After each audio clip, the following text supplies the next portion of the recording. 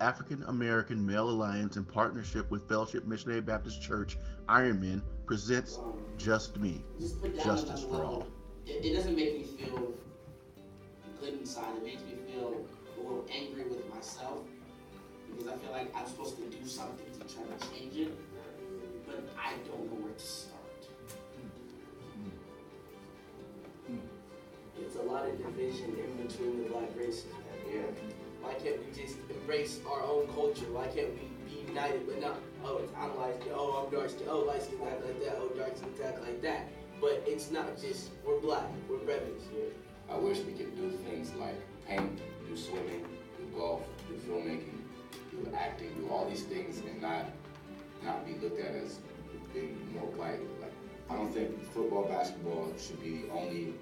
See me. Well, and you were, and I said, oh, I'm just the judge. That's all. And they were, oh. So they said, well, you're in this courtroom, and everything else. So when I get in the courtroom, there are lawyers and witnesses all sitting around and everything else. You know what I had to tell them? Y'all got to get out. I got to set up, and you're not going to set up. I'm not going to set up with all of you sitting here. They were shocked. Get out. I'll call you when I'm ready. I was here an hour and a half ago, and you made the assumption that I was somebody whose name would come up on the kiosk. So that's my, but this is on a daily basis. So when we talk about everyday racism, we talk about implicit bias. Implicit bias refers to attitudes and stereotypes that affect people's understanding, actions, and decisions in an unconscious manner. And what I mean by an unconscious manner is it happens. I don't think that this woman thought that, well, I'm going to discriminate against you because you're a judge. No, her assumption was, a brother in a suit in Moorhead, Minnesota means he's a defendant. Judge, you mentioned a couple of things when you first came up. First thing you asked was, how do we feel after watching the video?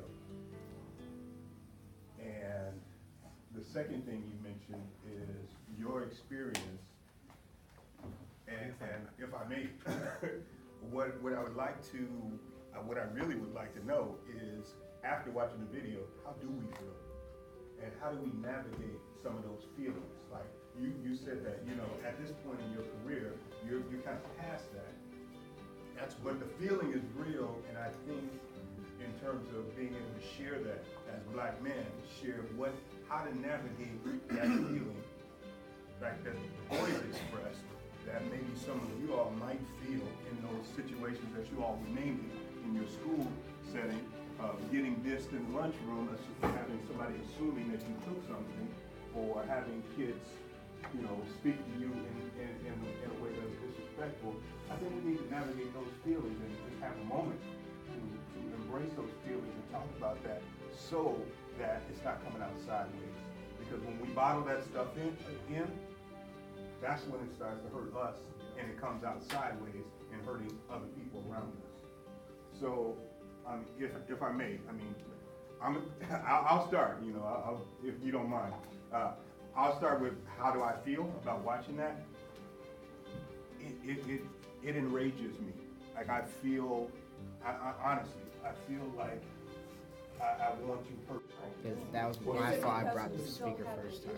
He's like, and then he said, no, you'll get it at the end of the day. I said, but there's no rule saying that we can't bring our own music. He said, well, I'm making that rule now. And see, and those are one of those situations where, like everybody has alluded to, that's his problem. And I just want to thank you right now and again applaud you for taking the high road. Because unfortunately, sometimes we do have to take the high road. I'm sure Martin Luther King took the high road several times.